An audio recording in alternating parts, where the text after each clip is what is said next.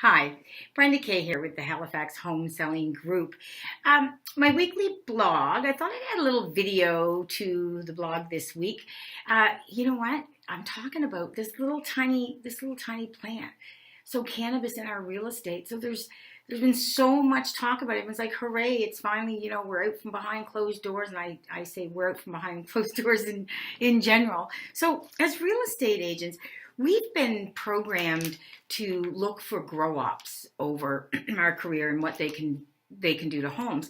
And now, I mean, any potential house, grow up, we know is a large amount. It's illegal, reaping illegal profits. That's not what I'm talking about. I'm talking about growing your floor plants. So let's just talk in general about cannabis. Okay, as far as smoking cannabis in your home, treat it like cigarettes. Okay, cannabis does have tar in it. It can leave a residue on certain surfaces of your home. It can leave it in your clothes. So like I said, treat it just like cigarette smoke. The reason cigarette smoke seems stronger is because people will generally smoke 2 to 3 cigarettes an hour all day long, as opposed to, if they're going to smoke, I guess if they're going to smoke their joint or whatever you want to call it when they get home, they're going to have one, and the odor does dissipate. You think it dissipates, but it actually does settle in on things.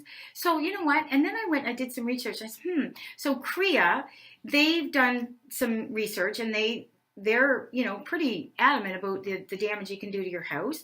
I also read some information from the University of Guelph, and professor there is saying, oh no, it's not going to hurt your house. So I thought, I need to reach out to an expert here.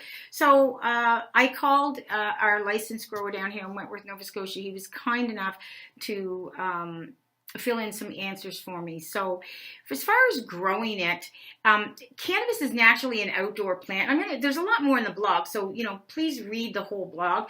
It's not naturally due to indoor, so you have to mimic that. You have to mimic that with very, very strong lighting, which requires extra electrical. The heat is tremendous that comes off them. So that's the first thing. So you've got kind of like an insurance and a safety thing going on there. The other thing, circling around to growing it, and I didn't even realize this, growing weed actually gives off a stronger smell than when you're smoking it.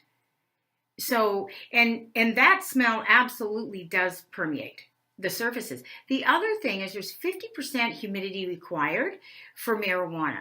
So then you're talking, you've got your issue that it could cause mold. Especially if it's near gyprock, it's gonna absorb that. Now it says more in the article, like if you want to get the right fans and the exhaust and you know what you're doing, you know what? At the end of the day, the conclusion I came to is leave the growing to the professionals, because would you do anything at all that would jeopardize the safety of your family or the value of your home? I know in my book, the answer is definitely no.